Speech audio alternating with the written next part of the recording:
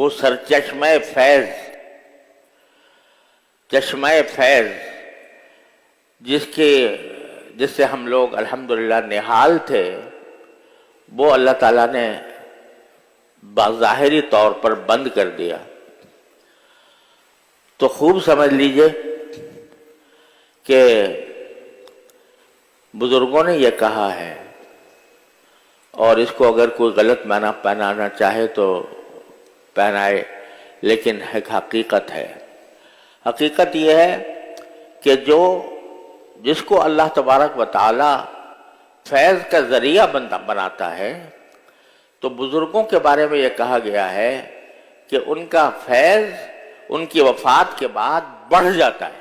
اور یہ کلمہ میں نے سب سے پہلے یہ بات حضرت والد ماجد قدس اللہ تعالیٰ سرہ کی وفات کے موقع پر جب ہم کم سے نڈال تھے، اس وقت ایک حضرت گنگوہی رحمۃ اللہ علیہ کے مرید تھے، بالواسطہ یا بواسطہ مجھے اس کی تحقیق نہیں، لیکن حضرت گنگوہی رحمۃ اللہ علیہ کے سلسلے سے ان کا تعلق تھا۔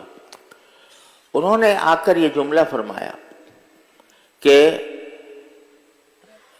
تم صدمہ نہ کرو، ان بزرگوں کا فیض مرنے کے بعد، موت کے بعد بڑھ جاتا ہے۔ فوری طور سے تو مجھے اچنبھا ہوا کہ یہ کیا بات کہہ دی انہوں نے، اور یہ پھر فرمایا کہ یہ ہم نے اپنے بزرگوں سے سنا ہے کہ ایسا ہوتا ہے کہ ان کا فیض انتقال کے بعد مزید بڑھ جاتا ہے۔ بعد میں جب کبھی غور کیا اور دیکھا تو باقی یہ بات بزرگوں سے منقول ہے، اور وجہ اس کی یہ ہے کہ دیکھو، دینے والا معطی حقیقی تو ایک ہی ہے۔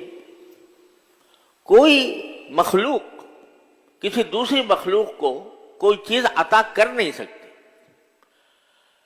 استاد ہو، شیخ ہو، کوئی اور بڑا ہو، وہ کسی کو کوئی چیز خود سے اپنے اختیار سے عطا کرنے کی پوزیشن میں نہیں ہے۔ عطا کون کرتا ہے؟ ایک ہی ہے معطی حقیقی، وہ اللہ جل جلالہ۔ البتہ وہ عطا کے لیے کبھی کسی کو واسطہ بنا دیتے کہ بھئی تمہیں عطا تو ہم کریں گے، لیکن تمہارے استاد کو واسطہ بنا دیا، تمہارے شیخ کو واسطہ بنا دیا، تمہارے والد کو واسطہ بنا دیا۔ تو دینے والے تو وہی ہیں، لیکن ان کو واسطہ بنا کر ان کو ذریعہ بنا دیا ہے۔ تو اگر کسی کو اللہ تبارک و تعالی نے زندگی میں ذریعہ بنا دیا، تو اس کی قدرت سے، اس کی رحمت سے کیا بعید ہے کہ اس کے انتقال کے بعد بھی اس کو واسطہ بنائے رکھے۔ دینے والے تو وہی ہے، وہی دیں گے۔ کوئی نہ زندہ کسی کو دے سکتا ہے، نہ مردہ کسی کو دے سکتا ہے، لیکن وہ چاہیں تو جس کو چاہیں واسطہ بنا دے اور اس کے ذریعے عطا ہو جائے۔ اور الحمدللہ خاص طور پر ایسے بزرگ جیسے حضرت والا قدس اللہ تعالیٰ سرہ تھے کہ ان کی کتابیں، ان کی تالیفات، ان کی تصنیفات، ان کے مواعظ پھیلے ہوئے ہیں دنیا میں الحمدللہ، وفات سے پہلے ہی سے پھیلے ہوئے۔ تو ان کا فیض تو جاری ہے اور انشاءاللہ جاری رہے گا۔ اس واسطے یہ بات کہ بھئی ہم اس سرچشمہ فیض سے محروم ہو گئے، یہ بھی یعنی انشاءاللہ اللہ تعالیٰ سے امید رکھنی چاہیے کہ وہ چشمہ فیض جاری ہے، جاری رہے گا، اور اللہ تعالیٰ کو تبارک و تعالیٰ اس کو واسطہ جس طرح زندگی میں بنایا تھا، تو اس طرح اب وفات کے بعد بھی اللہ تعالیٰ اس کو واسطہ بنائیں گے۔ اس واسطے ہمارے پاس ایک تسلی کے بڑے سامان ہیں۔ جس کا ایمان نہ ہو اللہ پر، اللہ کی تقدیر پر، اللہ کی مشیت پر، تو اس کے لیے تو تسلی کا کوئی راستہ نہیں۔ لیکن جس کا ایمان ہے اللہ جل جلالہ کی ذات پر، اللہ تبارک و تعالیٰ کی قدرت پر، اس کی رحمت پر، اس کے فیصلوں پر، اس کی مشیت کے فیصلوں پر، تو اس کے لیے تسلی کے بے شمار راستے ہیں کہ یہ تو ایک عارضی جدائی ہے، انا الیہ راجعون، ہم بھی وہاں جانے والے ہیں۔ اور یہ عارضی جدائی کے اندر بھی آپ کے تحفوں کے پیکٹ پہنچ سکتے ہیں، وفات یافتہ بزرگ کے پاس ایصال ثواب کرو، تحفہ بھیج دو۔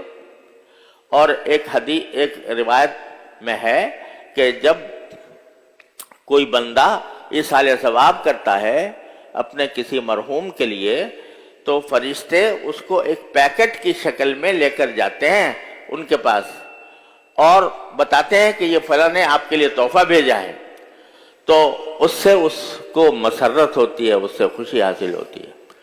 تو یہ ایک روایت ہے جس کی سند کی مجھے پوری تحقیق نہیں ہے، لیکن میں نے خود ایک روایت کے اندر یہ بات دیکھی ہے۔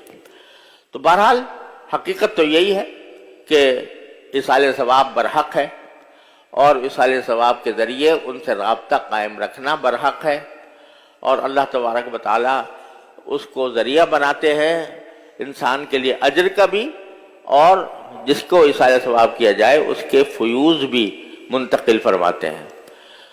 تو یہ بھی ایک تسلی کا عظیم راستہ ہے۔